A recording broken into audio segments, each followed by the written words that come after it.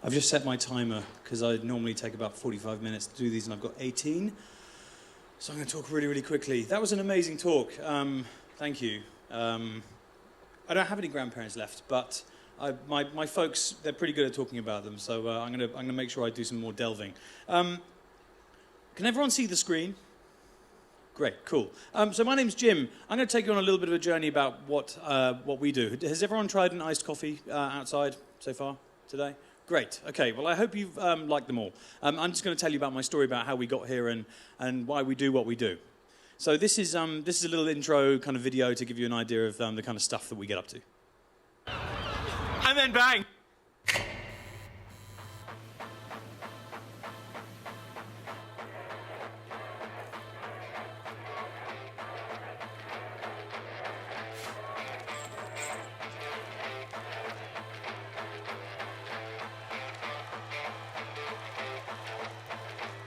You know me from the first rap, so I don't need to recap. But in case I do, I'm the dude who brews the coffee with the screw cap. Stacks fat, heading out on the tarmac. Drop bar so heavy, you better be ready, you better be wearing hard hats. Ice cold beats like it's 2004. I'm medium sized, but I started small.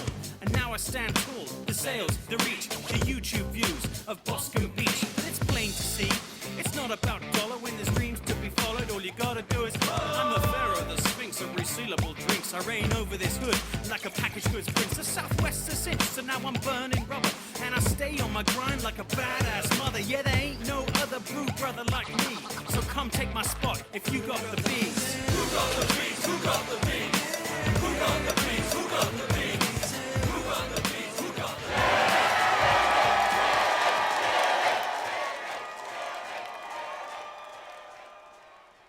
So that should hopefully give you a little insight of the kind of stuff that we do.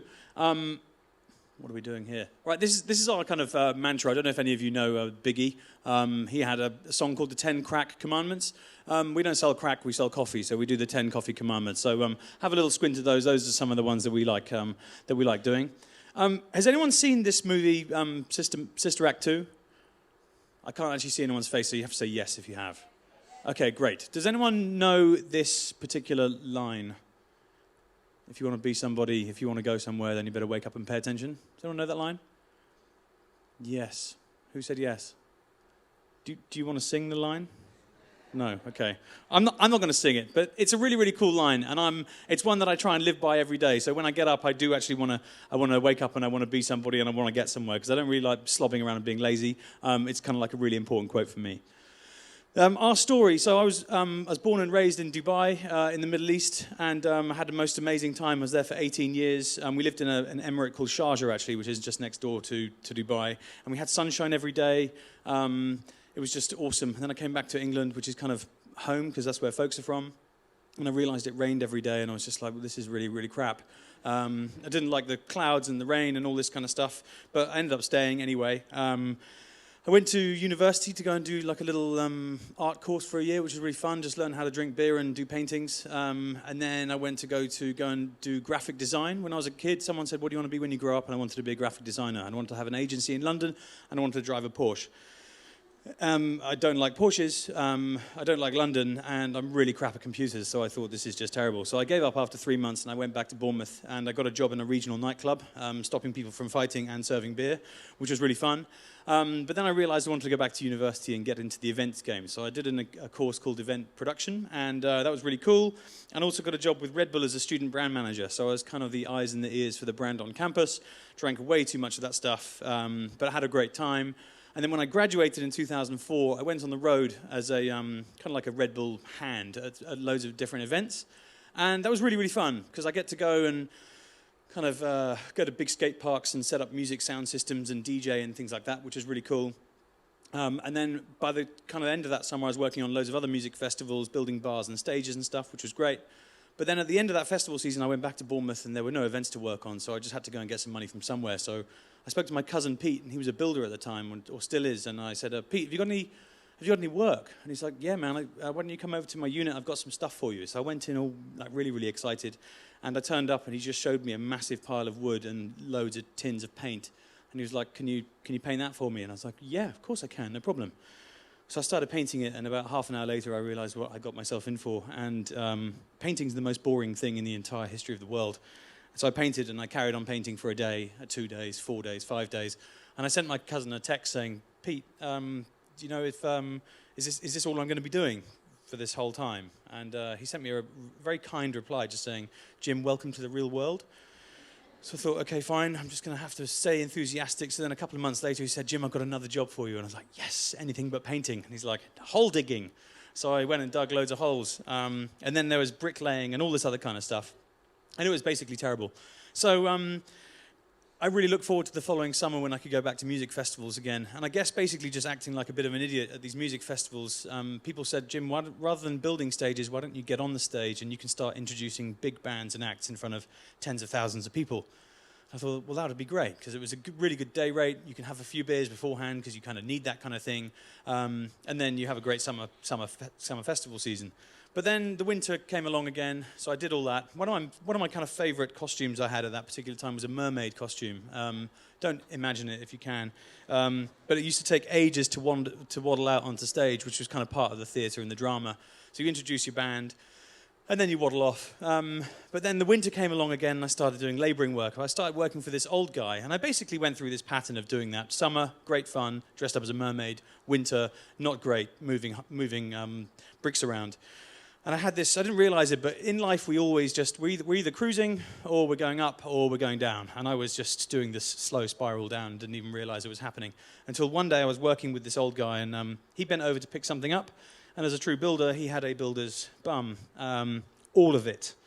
And I remember just doing something and then looking and being like, oh dear God. And my whole life basically flashed before my eyes, and I thought, you know what? Well done, Jim. You're 27 years old. You've got a degree. You're a part-time mermaid, which is not very cool. You stare at that old guy's bum. You get paid £50 a day. You've got a really beautiful girlfriend, but I'm sure her mum's really proud of you. So this is really cool. So I went home and I was really snapped, and I remember gripping the steering wheel of my van on the way home, and I was screaming my head off. And I got back home, and my wife, or my girlfriend at the time, she was just like, what's the matter with you? And I said, we're packing up, we've got to leave, we've got to get the hell out of here, this is terrible, I can see my veins, it's really cold, it's winter, I'm moving bricks around for that guy, I've just seen his bum again. So I said, we need to book some flights. So we booked some flights to Oz, and I just wanted to go there because it was hot. And we touched down, we had the most amazing time. We bought a 4x4 truck, we ripped the back seats out, we put a bed in the back, and we just basically cruised around Oz, having the most amazing time. We were meeting really cool people. We were working in surf schools. We were taking people on surf kayak tours and all this kind of stuff. And one particular day, we're driving along, probably about 8 hours just to get anywhere in Oz. It's so big. And pulled up at this servo or petrol station. And I thought, you know what? I feel quite thirsty. And I had this kind of consumer need state thing going on in my head. And I was like, well, I'm hungover. I really want to go surfing, but I have no energy. And I just need something to drink. So what am I going to have? And I thought, well, water's boring. I don't want a hot tea, because that's just very English. I don't want a Red Bull, because I've had enough glucuron, lactone, and taurine to last me a lifetime. So I wonder if there's anything else. And lo and behold, there was a product in a fridge called Farmers Union iced coffee. I don't know if anyone's ever had it before, but it's my favorite thing in the entire world. I loved it for the branding and the packaging, and then I just had to buy it to check the ingredients out, and the ingredients were banging, so I decided to buy it. Fell desperately in love with this product, so much so that my wife, or my girlfriend at the time, sat in the back and strapped this iced coffee into the front of the car with me, because it was my new sidekick, road companion. And it was the greatest thing in the world. So I actually wrote to the company, which is nationalfoods.com.au, and I said, look, guys, when I go back to the UK, I want to basically get Farmers Union, I want to take it to the UK, and I want to do the licensing and stuff. But it came from my Hotmail address at the time, which was jimbocregan@hotmail.com. Not very professional, and they said no to me 4 times in a row. So I thought, well, okay, fine. I'm just going to go back to the UK in floods of tears. Thanks very much, guys. And I came back to the UK, and I was basically desperate to go and find iced coffee. So I went into a Sainsbury's, and there were 42 facings of this stuff, cold coffee. And I didn't like any of it. The branding and the packaging and the ingredients didn't work together. 3 is the magic number in this case, and it's not a de la Soul moment for me. This was all just terrible. But that made me realize in true Dragon's Den style that there was a gap in the market. So me and my sister got together. She was running a coffee shop in Christchurch in Dorset at the time. And it turns out there were 27 other places on the high street where people can get a coffee. And the high street's not really much longer than this stage. So she was looking for a way out. So I said, look, why don't we go into business together? We used her coffee shop as a late night lab. We brought our friends and family in, and they basically said unanimously, despite the fact you're going up against one of the biggest tax dodging people in the entire world, you guys should start your iced coffee company. So we did. And we stole some money off mum and dad, and they're all paid back now, which is amazing. We found a company who could actually make the product for us. They basically just do everything from the moment you walk in the door. They help you with your product development, and then they actually do little trial runs, which we did. We did 3,000 mini cartons, and they all came blank, and we had to wrap them in a walk-in fridge for 25 hours. And then we went and pitched to Selfridges of all places, which was just incredible, and they said yes. And then here we are today, 8 years later, with 17 crew, and we're doing about 6 million cartons this year, which is really, really exciting, considering I'm a part-time mermaid. So that's really, really exciting. That's the part where we made the product. The bottom left is a picture of me and my sis. She's my business partner, and she's super cool. It's kind of nice having a business partner because they get to do the stuff that you don't want to do. She wouldn't be up for doing this, but I certainly wouldn't be up for looking at a spreadsheet because I fall asleep instantly. And then a little bit of a point about where we live. We live by the sea, and it's the most amazing place. We've just been doing these sea dips recently where we go in for about 4 or 5 minutes up to your neck, and it's really, really cold, but it's so good for a little shock to the system each morning to make you realize that you're actually alive. This is our stuff, so you've probably seen it in the cool box already. I'm going to flick through these. These are the kind of places where you can buy our stuff. I'm not going to go into any detail. The only detail is Sainsbury's. Their strapline is "Try something new today," and I kept saying that to them when they said no each time, and they didn't find it that funny. This is our stuff. It's, I'm going to read it out. Refreshing, resealable, convenient, and rad. I'm picking up a few ingredients in this product ain't a fad. We do 4 different products that make up our range, and at $1.59 it's just a pinch of your change. We're a British brand, and we want to keep your chin up, and soon we'll be in every store because we ain't going to give up. They beat it. Fantastic. Woo! Oh, cool. Thanks. This is our crew. I love them. They're the most amazing people in the entire world. And we have 3 values in our company. One is Yalla Habibi, which in Arabic means, come on, my darling, let's get a move on. I love that phrase. We call ourselves the #1 crew because we kind of are. And we have a thing called Own It, because everyone in our company has a share of the company, and we think that's a really cool thing. So that's really rad. I'm just checking out my clock. I've got 5 minutes and 46 seconds to go. I don't know, has anyone seen the Babe the Pig movie? Okay, great. There's an amazing scene where this farmer, he's using a pig to herd sheep. Very, very strange because you normally use a sheepdog. And his wife is getting very, very confused with him and his behavior. And there's a scene where he's doing this, and in the background the narrator says, Farmer Hoggett knew that little ideas that tickle and nag and refuse to go away should never be ignored. For in them lie the seeds of destiny. And I heard this on holiday the other day, and I actually cried because I thought, do you know what? There was that one day I was driving to a petrol station, I came across a nice coffee product, and now, 8 years later, we're running a fully fledged business, all because of a little idea of just trying this product. So the lesson for this would just be, if you do ever have an idea and it doesn't leave your side and doesn't let you go to sleep, and there's also the first thing that wakes you up, then go for it, because ideas don't come around all that often, and it's really fun when they do. Our marketing stuff. We love chatting and doing stuff, so you'll find all of our marketing bits on pack. You'll find out about where our milk is from, where our coffee is from. The bottom right picture is our range of hats that we do. That's KYCU. Someone thought it was the Kentucky Fried Chicken University the other day, but it's actually Keep Your Chin Up, which is our strapline. There's a picture of me doing a talk. We do tons of talks at schools and colleges. I'm a big believer in getting outside people to come into places to do talks, particularly in schools, because they can get incredibly boring, so it's nice to give back to the community for that sort of thing. We do loads of sampling. We buy classic cars because we just like them. That's the end of that bit. And then we're on social media and stuff. I quit loads of my social media apart from Twitter, and it's the best thing ever. I'm no longer the Hunchback of Notre Dame.